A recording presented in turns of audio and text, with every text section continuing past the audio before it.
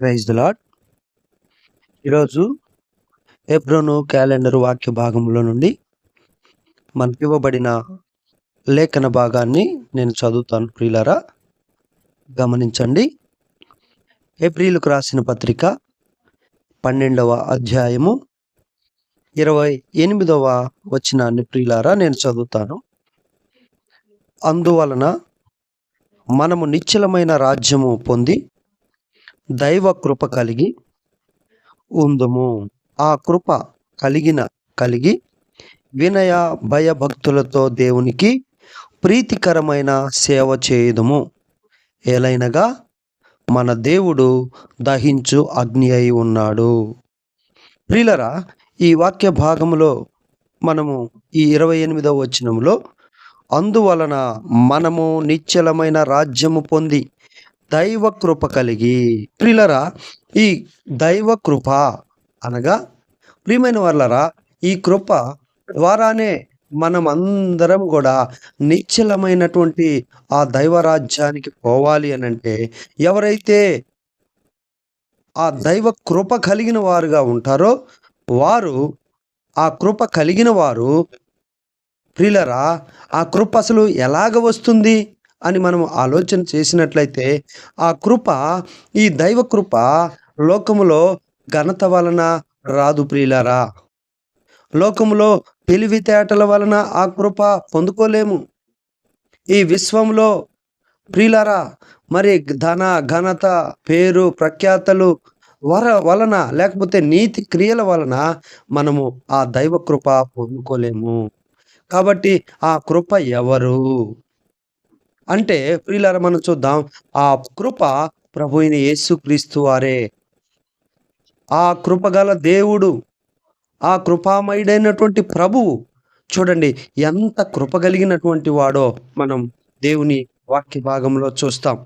కృప చూడండి, కీర్తనల గ్రంథం 103వ అధ్యాయంలో దేవుని వాక్య భాగంలో నుండి కీర్తనల గ్రంథంలో 103వ అధ్యాయంలో మనం గమనించినట్లయితే ప్రియులారా, 11వ అధ్యాయం 11వ వచనం, 103 11వ వచనం, 12వ వచనం చదువుతాను ప్రియులారా, మీరు గమనించండి.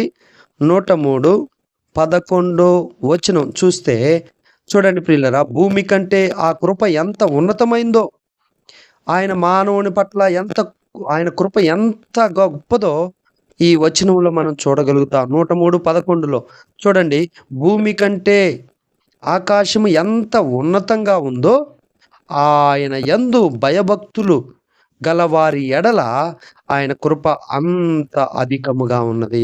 కాబట్టి ప్రియులారా, ఈ కృప, ఈ దైవ కృప దేవుని ద్వారా అనుగ్రహించబడినటువంటి మన ప్రభు అయిన యేసుక్రీస్తు వారే.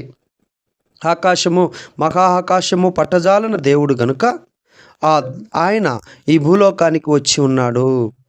ఆ కృప ద్వారా చూడండి, ఆ కృప ఎంత ఉన్నతమైందంటే, ఆ భూమి కంటే ఎంత, ఆకాశం కంటే ఎంత ఉన్నతంగా ఉందో ఆయన యందు భయభక్తులు గలవారి ఎడల ఆయన కృప అంత ఉన్నతముగా, అంత అధికముగా దేవుడు చూపేవాడుగా ఉన్నాడు. అంతేకాదు ప్రియులరా, ఈ కృప పొందిన వారు ఏం చేయబడతారు అని అంటే చూస్తే ప్రియులరా, మనం చూస్తే చూడండి 12వ వచనంలో, పడమటికి తూర్పు ఎంత దూరమో ఆయన మన అతిక్రమములను మనకు అంత దూరపరిచి ఉన్నాడు. కనుక ఆయన కృప పొందిన వారు ఏం చేయబడతారంటే పాపముల నుంచి వేరు చేయబడతారు, లోకములో నుండి ప్రత్యేకించబడతారు, లోకానికి వేరై ఉంటారు. ప్రియులరా, ఆ కృప కలిగి ఉన్నటువంటి ఒక వ్యక్తి చూశారా ప్రియులరా, ఆదికాండములో 6వ అధ్యాయంలో మనం చూస్తే చూడండి ప్రియులరా, ఆదికాండము 6వ అధ్యాయము 8వ వచనంలో నోవాహు కృప పొందినవాడుగా ఉన్నాడు. అంటే కృప పొందినవాడు రక్షించబడతాడన్నమాట. అనేకమైనటువంటి విపత్తుల నుండి, అనేకమైన పరిస్థితుల నుంచి దేవుడు తన కృపతో కాపాడేవాడుగా ఉన్నాడు. కాబట్టి మనం దేవుని వాక్యంలో చూస్తే ఆదికాండంలోనే 6వ అధ్యాయంలో 8వ వచనాన్ని చదువుతాను. అయితే నోవాహు యెహోవా దృష్టి యందు కృప పొందినవాడాయను. ఎలాగ పొందుకున్నాడంటే తన కుటుంబీకులందరూ కూడా రక్షించబడతా వచ్చినారు. ఎలాగంటే దేవుని యందు విశ్వాసం ఉంచి దేవుని కృప పొందుకున్నారు కనుక అందరూ జలమయమైపోయారు. కానీ వారి కుటుంబం మాత్రమే దేవుని కృప పొందిన వారు గనుక ఏం చేయబడలేదు, నశించిపోలేదు. అంటే కృప ఏం చేస్తుందంటే అతిక్రమములను తుడిచివేస్తుంది, పాపముల నుండి విడిపించబడతాము. అంతేకాదు ప్రియులారా, మనకు రావలసినటువంటి శిక్ష నుంచి దైవ కృప తప్పించేదిగా ఉంటుంది. కాబట్టి ఆయన కృప కలిగిన దేవుడు. ఆ కృప కలిగిన వాడే ఈ లోకానికి వచ్చినాడు. ఆయన కృపా సత్య సంపూర్ణుడుగా మన మధ్య నివసిస్తూ వచ్చినాడు. ఇది మొదటి విషయం. కృపలో మనం చూసినట్లయితే ప్రియులరా, దైవ కృప కలిగిన వారు పాపములు క్షమించబడతాయి, అనేకమైన లోకములో నుండి వేరు చేయబడతారు, పరిశుద్ధులుగా జీవిస్తారు. వారు దైవ రాజ్యములోనికి, దేవుని రాజ్యాన్ని పొందుకుంటారు. వారికే దేవుని రాజ్యము స్వతంత్రించుకుంటారు. ఈ కృపను కలిగినటువంటి వారే, అనగా యేసుక్రీస్తు ప్రభువుని ఎవరైతే విశ్వసిస్తారో వారు కృప పొందుకుంటారు. కృప పొందుకున్నటువంటి వారు దేవుని రాజ్యానికి వారసులవుతారు. ఇది మొదటి విషయం. రెండవదిగా ప్రియులారా, చూడండి, దేవుని వాక్య భాగంలో కృపచేత రక్షించబడుతూ వచ్చాడు ఇంకొక వ్యక్తి. చూద్దాం. అపోస్తలుడైన పౌలు తిమోతికి రాస్తూ ఉన్నాడు. చూడండి, మొదటి తిమోతిలకు రాసిన పత్రికలో 1వ అధ్యాయము, మొదటి తిమోతిలకు రాసిన పత్రిక 1వ అధ్యాయము ప్రియులరా 12వ వచనం నేను చదువుతాను. చూడండి ప్రియులరా, చూడండి. పూర్వమందు దూషకుడను, హింసకుడను, హానికరుడునైన నన్ను తన పరిచర్యకు నియమించి నమ్మకమైన వానిగా ఎంచినందుకు. కనుక ఆ కృప కలిగినటువంటి దేవుడు పూర్వమందు దోషకుడైనా, హింసకుడైనా, హానికరుడైనా ప్రియులరా దేవుడు తన పరిచర్యకు వాడుకుంటూ వచ్చాడు. ఆయనే ఎవరు? పౌలు గారు, అపోస్తలుడైన పౌలు. అంతేకాదు, కృప ద్వారా ఏం కలిగింది ప్రియులరా? మనం చూస్తే కృప హానికరుడనైన నన్ను కృప చేత కనికరింపబడుతూ వచ్చాం. కనుక ఆయన కృప ఉంటే కనికరించబడతావు. నోవాహు కనికరించబడ్డాడు, రక్షించబడుతూ వచ్చాడు. ఇక్కడ కూడా కృప చేత దోషకుడైన వ్యక్తి, హింసకుడైన వ్యక్తి, హానికరుడు, హాని చేసేటువంటి వాడు, ఇలాంటి వాడిని కూడా కృప ఏం చేస్తుంది? మార్చివేస్తుంది. కృప నీ జీవితాన్ని మార్చివేస్తుంది. నువ్వు ఆ కృపను ఆశ్రయించితే. ఆ కృప నిన్ను పిలుస్తూ ఉన్నాడు. ఆ కృప ద్వారా దేవుని కుమారుడు అవుతావు. ఆ కృప ద్వారా నువ్వు బలపరచబడతావు. 13వ వచనంలో ప్రియులారా, 1వ తిమోతి 13వ వచనం, కృప ఏం చేసిద్దంటే ఇంకా నన్ను బలపరిచిన మన ప్రభు అయిన క్రీస్తు యేసుకు. అంటే చూడండి, రెండవదిగా ఇదే భాగంలో కృప ఏం చేస్తుంది? దోషకుడైనా, హింసకుడైనా, హానికరుడైనా, ఎంత ఘోర పాపాత్ముడైన కృప రక్షించబడుతుంది. కృప ఏం చేస్తుందంటే రక్షణ ఇస్తుంది.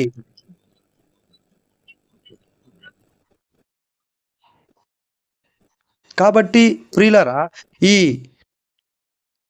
ఈరోజు ఈ ఉదయకాల సమయమున ఆ కృప నిన్ను బలపరుస్తుంది. నువ్వు ఏ పరిస్థితిలో ఉన్నా, బలహీనంగా ఉన్నావా, దోషకుడుగా ఉన్నావా, హానికరుడుగా ఉన్నావా, హింసకుడుగా ఉన్నావా, దేవుని దూషించేవాడుగా ఉన్నావా, అపనమ్మకస్తుడుగా ఉన్నావా, నువ్వు నమ్మిన ఎడల గొప్ప కార్యాలు చూస్తావు. పౌలు గొప్ప కార్యాలు చేశాడు. ఆయనను దేవుని కృప బలపరిచాడు యేసు ప్రభువారు. కనుక అంతేకాదు ప్రియులరా, కృపలో ఇంకా 14వ వచనంలో మనం చూస్తే కృపలో ఏమున్నదంటే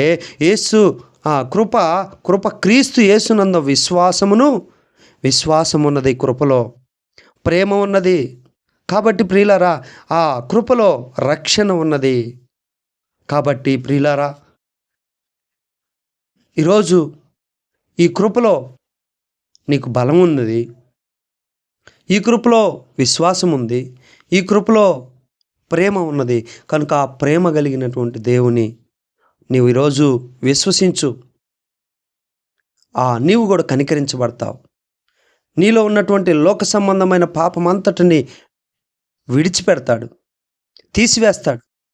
ఆయన రక్తం ద్వారా నిన్ను పరిశుద్ధపరిచి ఆయన కృపచేత నీకు బలము దయచేస్తాడు. నీ స్థితిగతులను మార్చివేస్తాడు.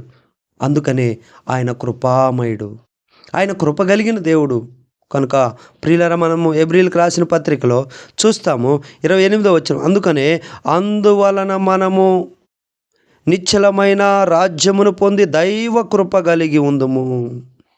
కాబట్టి ఈ కృప కలిగినటువంటి వారికి రక్షణ ఉంది. ఈ కృప కలిగినటువంటి వారు ఎలాంటి వారైనా కానీ ఈ కృప యొద్దకు వచ్చినప్పుడు క్షమించబడతారు.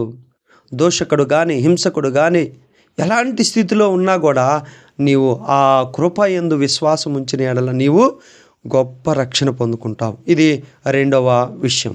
మూడవదిగా మనం చూస్తే ప్రియులరా, ఈ కృప ఏం చేస్తుందంటే నిన్ను కీర్తనల గ్రంథంలో 63వ అధ్యాయము, కీర్తనల గ్రంథం 63వ అధ్యాయము ప్రియులరా, కీర్తనల గ్రంథం 63వ అధ్యాయంలో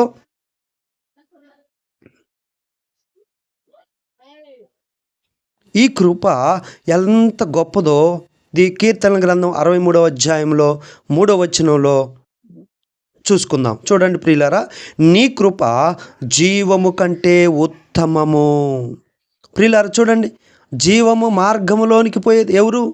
యేసుక్రీస్తు ప్రభు ద్వారానే ఆ తండ్రి యొద్దకు చేరుతాం. అంటే ఆ కృప ద్వారానే మార్గము, ఆ కృప ద్వారానే జీవము, ఆ కృప ద్వారానే నిత్యరాజ్యము పొందుకోగలుగుతాం. కనుక ఆ కృప లేకపోతే మనం ఆ దైవుని రాజ్యాన్ని, అనగా నిశ్చలమైన రాజ్యం, అంటే ఎన్నడూ లయము కానిటువంటి రాజ్యంలో మనం ఉండాలి అని అంటే ఆ కృపలో జీవించాలి. ఆ కృప ఎలాంటిదంటే 63:3లో కీర్తనలో, నీ కృప జీవము కంటే ఉత్తమమైనది. చూడండి, ఈ కృప పొందిన వారు ఏం చేస్తారంట? ఇక్కడ కీర్తనకారుడు అంటాడు, నా పెదవులు నిన్ను స్తుతించును.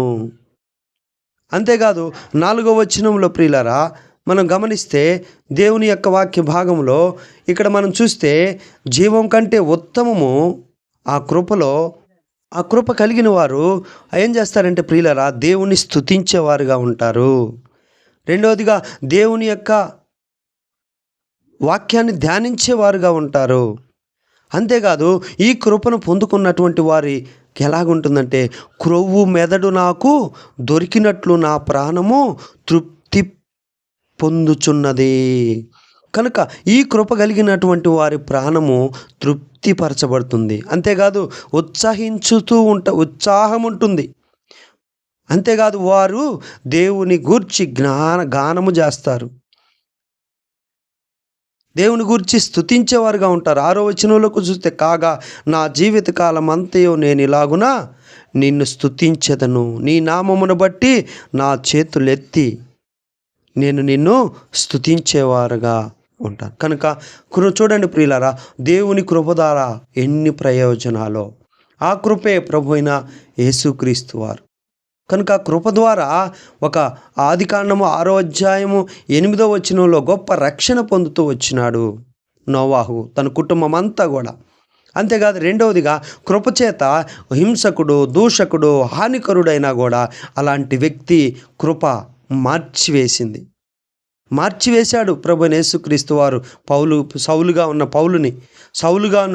ఉన్న సౌలుని పౌలుగా మార్చగలిగింది దైవ కృప.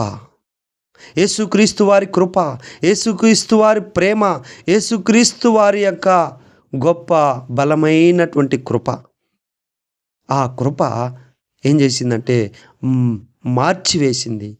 ఒక చెడిపోయిన వ్యక్తిని మంచిగా మార్చేది దేవుని కృపే. ఆయనే ప్రభువైన యేసుక్రీస్తు వారు. ఇంకా మూడవదిగా మనం చూస్తే ప్రియులరా, కృప ఎంతో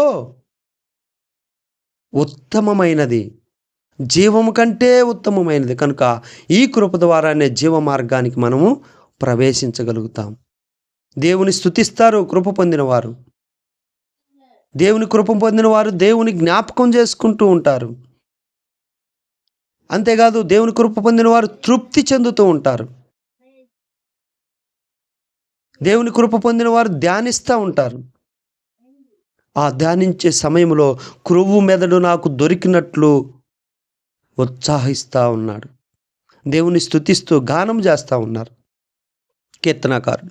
కనుక నీ జీవితంలో నీవు కూడా అట్టి అనుభవంలో ఉంటే, ఈ కృప పొందిన వాడవైతే దేవుని స్తుతిస్తున్నావా? ఒక్కసారి మనల్ని మనమే పరిశీలించుకోవాలి.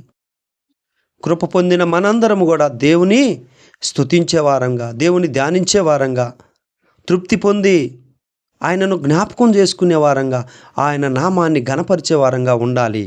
ఎందుకంటే జీవము కంటే ఉత్తమమైన కృప ఆయన ద్వారా మనకు అనుగ్రహించబడింది. కనుక మనం దేవుని కృప యందు ఎల్లప్పుడూ కృతజ్ఞతులమై ఉండాలి. ఇంకా ఆ కృపకు దూరంగా ఉన్నావా? హింసకుడుగా, దూషకుడుగా యేసుక్రీస్తుని ఇంకా అంగీకరించకుండా ఉన్నావా?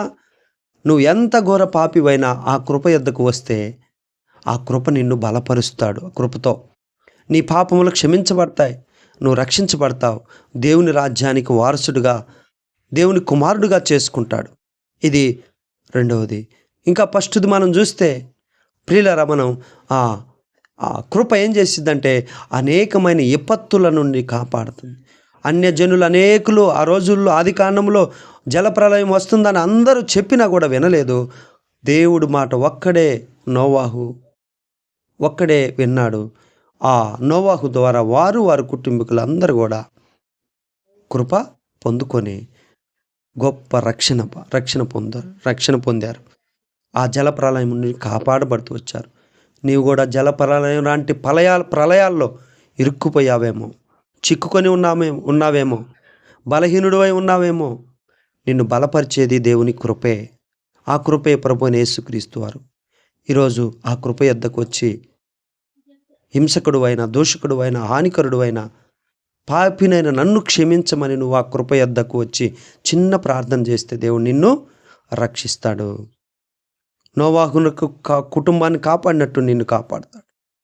అంతేకాదు నీకు బలం ఇస్తాడు.